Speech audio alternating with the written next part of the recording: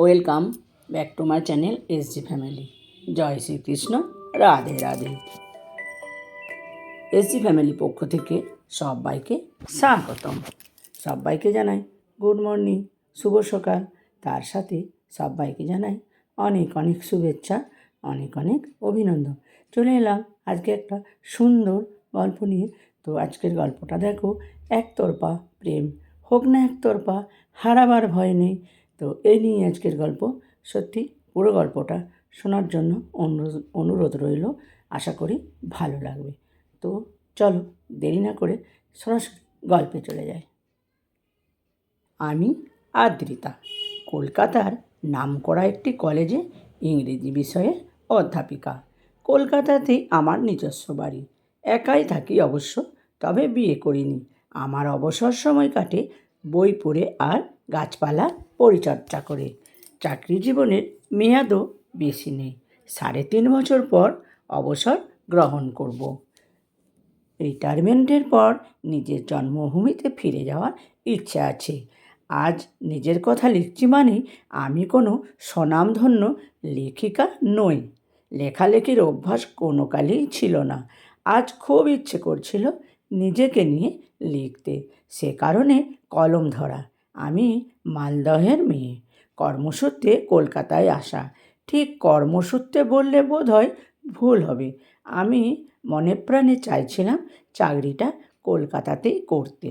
বহরমপুরে কয়েক বছর চাকরি করার পর আমি ট্রান্সফার নিয়ে কলকাতায় আসি। চাকরি জীবনের সূচনাটা হয়েছিল বহরমপুরে, তাও আজ থেকে প্রায় 30 বছর আগের কথা। বহরমপুর থেকে কলকাতায় আসার মূল কারণটা শুধু কলকাতায় থাকবো এমনটা নয়, কাছের মানুষটার সান্নিধ্য পাওয়াটাই ছিল মূল উদ্দেশ্য। কাছের মানুষটার কথা একটু বলি। ওর নাম সৌমাভ দাশগুপ্ত। সৌমাভর সাথে পরিচয় বহরমপুরে। আমি তখন বহরমপুর কলেজে সবে জয়েন করেছি। আমি জয়েন করার পর সৌমাভর সাথে পরিচয় হয়। ও তখন ওই কলেজেই পার্ট টাইমার হিসেবে পড়ায়। ওরও বিষয় ইংরাজি। তখন থেকেই ওর সাথে আলাপ, তারপর বন্ধুত্ব। আস্তে আস্তে ওকে ভালোবেসে ফেলি। জীবনে কখন যে কাকে ভালো লেগে যাবে সে কথা কেউ বলতে পারে না। মনের কথাটা কিছুতেই ওকে বলতে পারছিলাম না।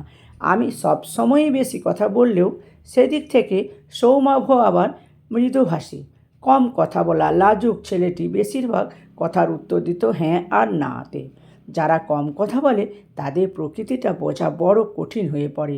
আমি সৌমাভকে মনের কথাটা যেদিন জানালাম, ও আমাকে বলেছিল ওসব পরে ভেবে দেখা যাবে, সামনে পরীক্ষা আছে।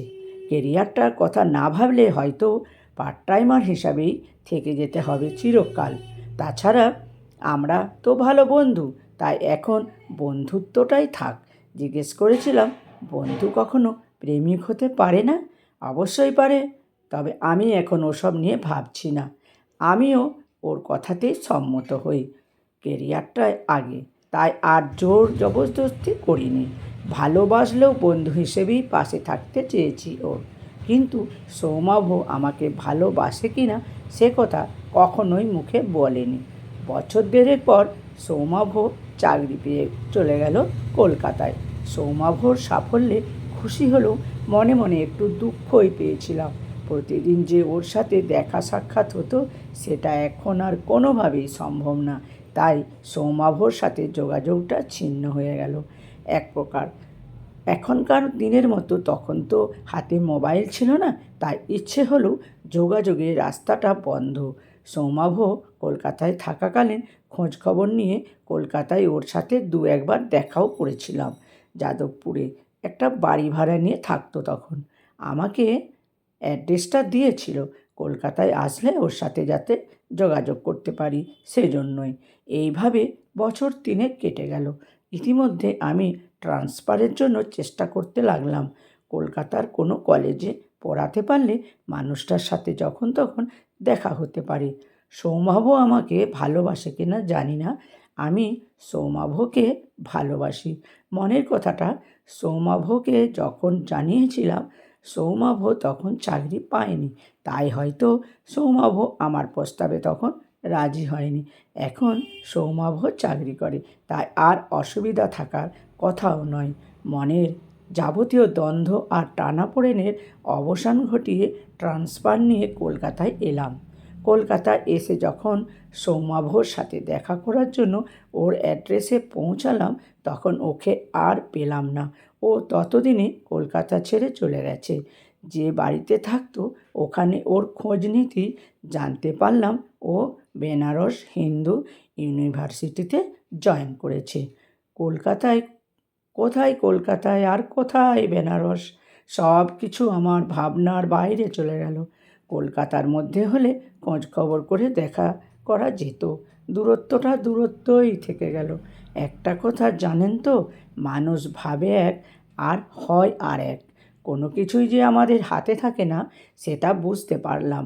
যার সান্নিধ্য পাওয়ার জন্য আমি চেষ্টা চালিয়ে যাচ্ছি, ভগবান অলক্ষ্যে বসে তার সাথে আমার একটা দূরত্ব তৈরি করে চলেছে।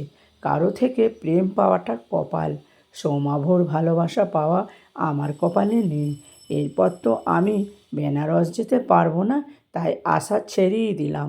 সৌমাভর সাথে যোগাযোগ যে আর কখনো হবে না সেটাও বুঝে গেলাম। তবে সৌমাভকে ভালোবাসতে তো অসুবিধা নেই, ওর প্রেম আমি না পেতেই পারি, ওকে প্রেমিক ভাবতে অসুবিধা কোথায়? যে মুহূর্তে শুনলাম সৌমাভ কলকাতাতেই নেই, মনটা খারাপ হয়ে গেল। মন খারাপ হবে এটাই স্বাভাবিক, তবুও সমস্ত মন খারাপ দূরে সরিয়ে দিয়ে মনটাকে বুঝিয়ে ফেললাম সৌমাভকে কখনোই পাবো না, আর পাবো না জেনেই ওকে ভালোবাসবো। আমার জীবনে প্রথম প্রেম সৌমাভ, তাই প্রেমিক হিসেবে ওকে মনে মনে গ্রহণ করলাম। তারপর থেকে আমার জীবনে প্রেমিক হিসেবেই থেকে গেছে সৌমাভ। আজও ওকে সেই আগের মতোই ভালোবাসি। এত বছর পর আজ এই কথাগুলো খুব বলতে ইচ্ছে করছে। এই কারণে আজ গিয়েছিলাম কলকাতা বইমেলায়। কত নতুন নতুন বই, কত নতুন নতুন লেখক, নতুন বইয়ের গন্ধের চারিদিক ম করছে। সারা বছর ধরে বই কিনলেও বইমেলাতে ঘুরে বই নেড়েচেড়ে দেখা আর বই কেনার অনুভূতিটাই আলাদা। অনেকক্ষণ ঘুরেছি, মনে হচ্ছিল আমিও যদি লিখতে পারতাম কিছু। কখনো তো চেষ্টাই করিনি লিখতে। অনেকক্ষণ এই স্টল ওই স্টল ঘুরে হঠাৎ করে বইয়ের একটি স্টলের সামনে থমকে দাঁড়ায়। বেশ কিছু মানুষের ভিড় সেখানে। ভিড় বলতে বই কেনার ভিড় জন্য ভিড়। তারপর ঠাঁই দাঁড়িয়েছিলাম ওখানে, তাও ঘন্টাখানেক তো হবেই, তাও বেশি।